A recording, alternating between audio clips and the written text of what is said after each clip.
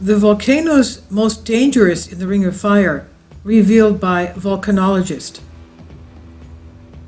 The White Island volcano that erupted in New Zealand unexpectedly is on the Ring of Fire, and it's about 113 miles from the Taupo supervolcano on the same North Island of New Zealand. And New Zealand is on volcano eruption watch. The whole of New Zealand. Sebastian Ketley of Express UK reports that the Ring of Fire, chain of active volcanoes and earthquake hotspots. They run along the rim of the Pacific Plate, the Pacific Ocean, and they are known to house 90% of the world's earthquakes and 75% of the world's volcanic eruptions. It's the highest concentration of volcanoes and earthquakes. The Ring of Fire describes the area where the Pacific Plate strikes other surrounding plates.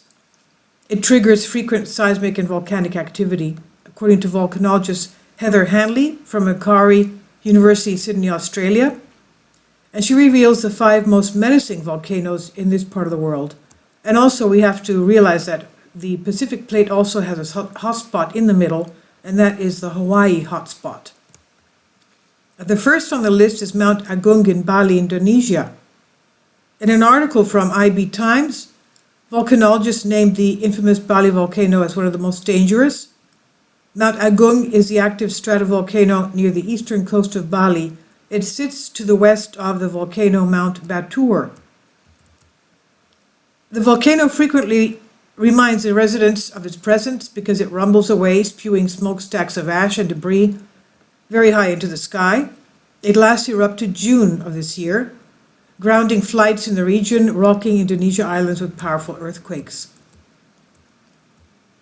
The next is Mt Sinabung in North Sumatra, Indonesia, basically the same area. Again, Dr. Hanley lists this thanks to the imposing power of Mt Sinabung. It's a stratovolcano sitting on the Karo Plateau of North Sumatra province of the island of Sumatra. Dr. Hanley said Sinabung volcano came to life in 2010 after a 400-year dormant spell, and is right now one of the most active volcanoes in Indonesia. Hanley says it's been pretty much in constant eruption since September 2013, and there are still frequent volcanic earthquakes as well.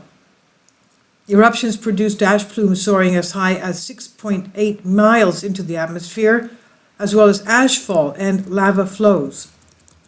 And next, again in the same area, Mount Mayon in the Philippines.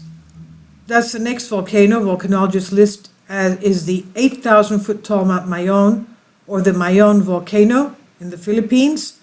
It last erupted January 2018. It spewed steam and ash more than 8,000 feet into the sky. Again, Dr. Hanley says that Mayon is one of the most active volcanoes in the Philippines.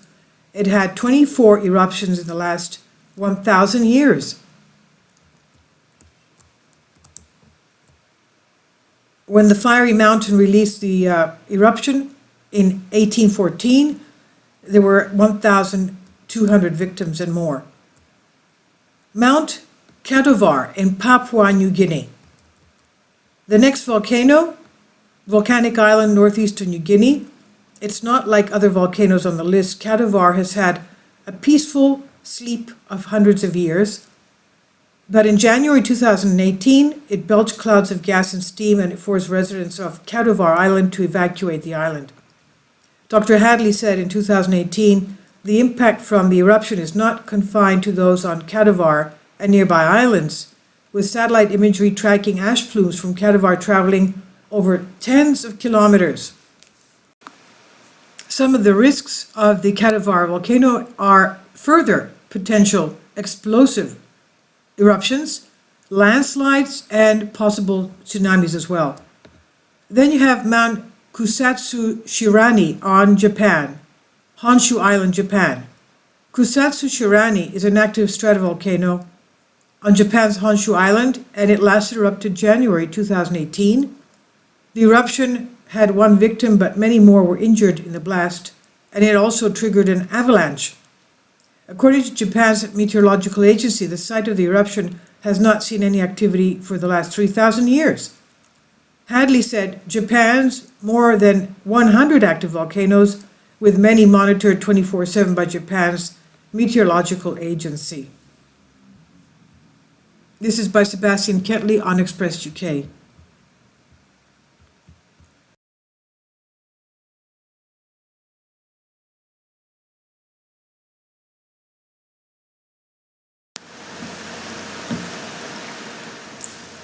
If you'd like to join me on my Patreon account, you will hear content not covered by mainstream media. These riveting stories will be based on my research, and I will state my opinions and give my personal insight on diverse and controversial subjects and world events not covered by mainstream media, and not supported by YouTube guidelines. So whatever I have on my Patreon, most of those will not be on my YouTube channel. Please consider becoming a member today. More of the most significant and important videos will be on my Patreon channel. Your support helps me to continue my research and keeps this YouTube channel alive.